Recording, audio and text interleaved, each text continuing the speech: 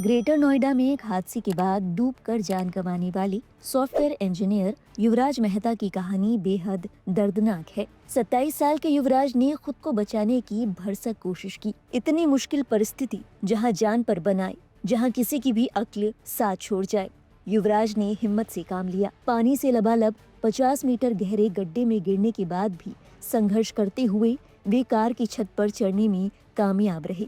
पिता को फोन करके युवराज ने हादसे की सूचना भी दी।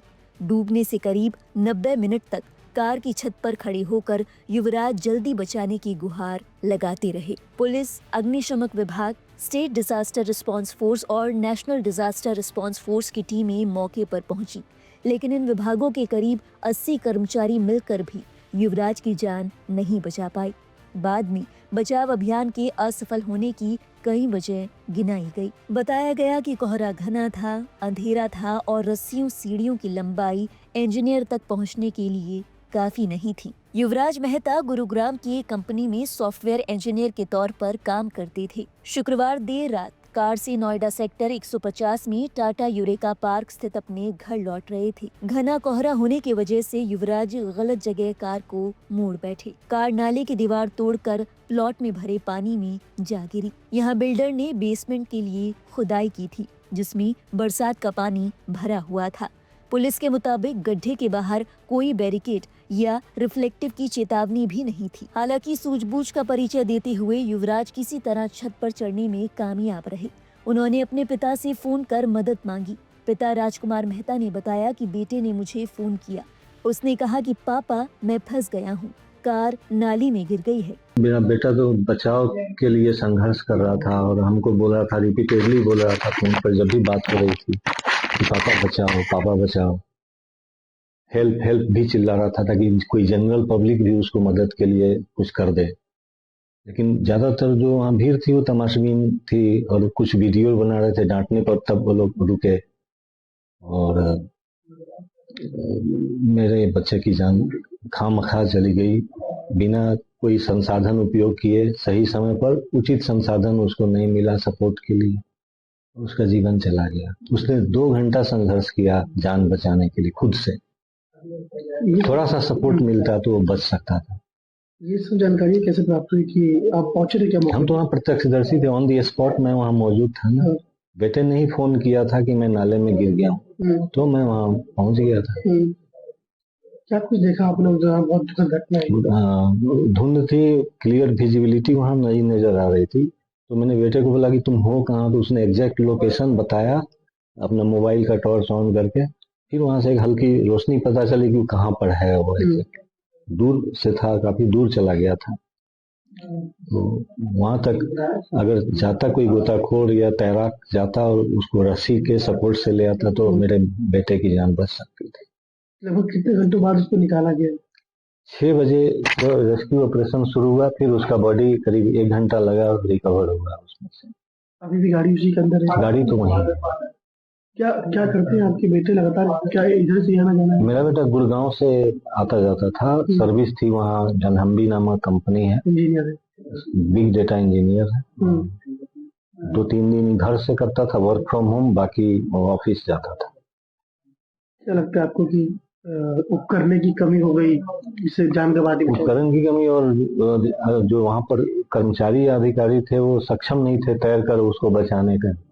मतलब तैराकी नहीं था उनके पास या गोताखोर नहीं था। बोट का भी अभाव था, बोट भी नहीं था। बोट भी, जो बोट उन्होंने एसडीआरएफ के साथ, वो बोट अगर उस समय यूज होता मेरा बेटा बच जाता। इंजीनियर युवराज की मौत ने कई सवाल खड़े कर दिए हैं। इस मामले को लेकर युवराज के दोस्तों, मौके पर जुटे अन्य लोगों का कहना है कि दमकल, एसडीआरएफ और पुलिस की टीमों ने मानवीय संवेदनहीनता दिखाई। 80 कर्मचारियों में से किसी ने भी पानी में उतरने की हिम्मत तक नहीं जुटाई। दमकल और एसडीआरएफ के पास आपदा से निपटने के संसाधन भी पूरे नहीं थे और यही दावा एक चश्मदीद ने भी किया। उस दिन रात को 12 बजे की घटना है, लेकिन मैं ऑर्डर लेके गया था 1:40 पे। मैंने जाके देखा वहाँ पे बहुत सारी भीड़ लगी हुई थी। भीड़ को देखकर मैं समझ गया था कि आज धुंध ज़्यादा है, कोई ना कोई जोड़े में दोबारा दाग चुका है। क्योंकि 15 दिन पहले सेम वही केस मेरे सामने हुआ था और उस ड्राइवर को भी मैंने ही बचाया था। मैं ही मौके पे था और कोई नहीं था। तो मैं समझ गया कि यहाँ पे कोई दाग चुका है। मैंने जाके देखा, कुछ लोग बोल रहे थे कि यहाँ पे एक लड़का कार के साथ इसमें पानी में गिरा हुआ है 12 बजे से, और बहुत ही ज़्यादा धुंध के कारण वो इसमें अनकंट्रोल होकर सीधा जोहड़ में दाग गया। तो मैंने देखा बहुत सारे जो मतलब सरकारी कर्मचारी थे वो थोड़ा घबराए भी हुए थे। धुंध बहुत ज़्यादा थी, प्लस में वो बेसमेंट था, उसमें सरिया का भी डर था। सरिया रियली में है उसके अंदर, वो बेसमेंट खुदा हुआ है बिल्डर के थ्रू। तो घबराए हुए थे। मैंने बोला क्या मैं अंदर जा सकता हूँ? उन्होंने मुझसे पूछा आप पे तैरना आता है? मैं कहा जी आता है। आप जा सकते हैं? मैं कहा मैं बिल्कुल जा सकता हूँ। तो जाइए आप, कोई दिक्कत नहीं है। मैंने तुरंत 2 ही मिनट में कपड़े उतार के सीधा कमर से रस्सा बांध के मैं सीधा अंदर गया, कम से कम 50 मीटर तक। मैं इतने अंदर तक गया था कि जहाँ से मैं गया था रोड से, वहाँ कम से कम 100 आदमी खड़े थे, लेकिन मुझे एक भी आदमी नहीं दिख रहा था। मैं इतना अंदर चला गया था। जाके मैं वो मुझे दूर से टॉर्च का इशारे से बता रहे थे कि आपको कार इधर ढूंढनी है, इधर ढूंढनी है, आप इधर देखो, लास्ट टाइम वो लड़का यहाँ पे डूबा है। क्यों? मेरे जाने से 10 मिनट पहले वो लड़का डूबा है। वो लड़का 1.5 घंटा फंसा रहा। 1.5 घंटा उसने बचने की गुहार लगाई है, फ़ोन की टॉर्च जला जला के, कि मुझे बचा लो प्लीज़, हेल्प, ये वगैरह। उसने पानी में गिरने के बाद अपने पिताजी से कॉल भी किया कि पापा मैं जोहड़ में गिर चुका हूँ, मैं कहीं जोहड़ में गिर चुका हूँ, प्लीज़ मुझे बचा लीजिए, हेल्प कीजिए। ठीक है जी। पुलिस प्रशासन मौके पे ही पहुंच गए थे, बहुत जल्द पहुंच गए थे। तैरना पुलिस वाले कुछ बुजुर्ग अवस्था में थे, जिनकी एज मैं बता सकता हूं आपको 50+ थी। जो नौजवान थे वो खुद नहीं दाग पा रहे थे। क्यों? उस दिन माइनस टेम्परेचर था, बहुत ही ज़्यादा ठंड थी, उसके कारण प्लस में उन पर तैरना नहीं आता था। उन्होंने तुरंत फायर ब्रिगेड पे कॉल की। 20 मिनट बाद ही फायर ब्रिगेड पहुंच जाती है।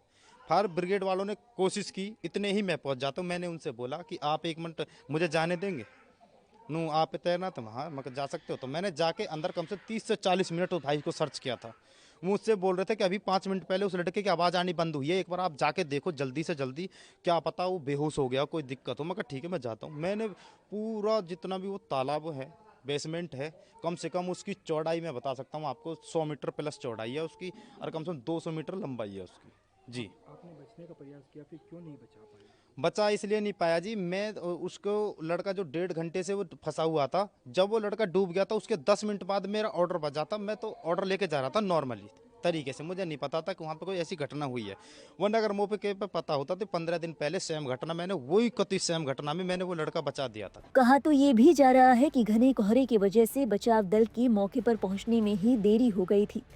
एक पुलिस अधिकारी के मुताबिक युवराज को बचाने के लिए रस्सियां तो फेंकी गई, लेकिन वो छूटी पड़ गई। इसके अलावा एक क्रेन और सीढ़ियों से भी बचाने की कोशिश की गई, लेकिन इनकी मदद से भी युवराज तक पहुंचा नहीं जा सका।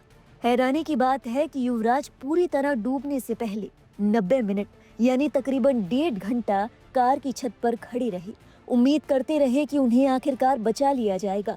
90 मिनट तक युवराज संघर्ष करते रहे। उन्होंने सूझबूझ का परिचय दिया और हिम्मत नहीं हारी। युवराज कार की छत पर डटे रहे, लेकिन उन्हें क्या पता था कि तमाम टीमों के संसाधन एक शख्स को बचाने के लिए नाकाफी साबित होंगे। इतनी देर आस रखने के बाद भी युवराज को बचाया नहीं जा सका। जरा सोचकर देखिए कि डूबते हुए युवराज की मानसिक स्थिति क्या रही होगी। तमाम टीमों के इस असफल ऑपरेशन के बाद युवराज के शव को नाव की मदद से बाहर निकाला गया। युवराज की मौत के बाद केवल परिजन और दोस्त ही नहीं, जिसने भी इस मामले के बारे में सुना, उसका दमकल, एसडीआरएफ और पुलिस की टीमों के प्रति गुस्सा फूट गया। सवाल उठ रहे हैं कि क्या टीमों के बीच कोऑर्डिनेशन नहीं था? एक शख्स को बचाने के लिए भी संसाधन पूरे नहीं थे। इस हादसे में ज्यादा लोग हो सकते थे। क्या संसाधन जुटाने के लिए 1.5 घंटे का समय काफी नहीं था? सवाल बहुत सारे हैं, लेकिन जवाब नहीं।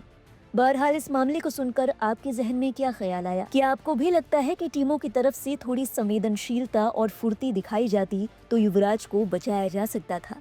अपने विचार हमारे साथ साझा करें कमेंट सेक्शन में। और देश और दुनिया से जुड़ी बाकी अहम खबरों के लिए आप देखते रहिए लाइव हिंदुस्तान। सेक्टर 150 नोएडा में जो दुखद घटना कल हुई है, उसके संबंध में नोएडा प्राधिकरण की ओर से जांच करवाई जा रही है और जांच उपरांत कार्रवाई करेंगे इसमें। सर वो किसकी जगह थी, किस कारण खाली थी वो? अभी उसकी पूरी विस्तृत जांच करवा रहे हैं। जांच में पता चलेगा किसकी जमीन थी, किसको आवंटित है और कौन उसका किसको मेंटेन करनी थी वो। सर वहाँ बोर्ड पर कोई साइन बोर्ड भी नहीं था, इसकी घटना हुई है, इसको लेकर क्या कुछ कहना चाहिए? वो जो रोड जा रही है वहां पर अभी तक तो हमारा जो है ना बसा हुआ सेक्टर नहीं है वो अभी। तो हम लोग जहाँ पर बसावट होती है वहां पर काम करवाते हैं और आवश्यकता के हिसाब से यहाँ जहाँ जहाँ जरूरत होगी वहाँ करवाएंगे। सर तो ये किसकी लापरवाही हुई है जिस और जांच इसके लिए उपरांत जांच जांच जांच के बाद कार्रवाई होगी। क्या आप लोग घटनास्थल पर जाएंगे सर? हाँ बिल्कुल। और पानी कहाँ से आया सर? इसकी जानकारी जांच के बाद ही पता चलेगी कहाँ से इतना पानी आया वहां पर।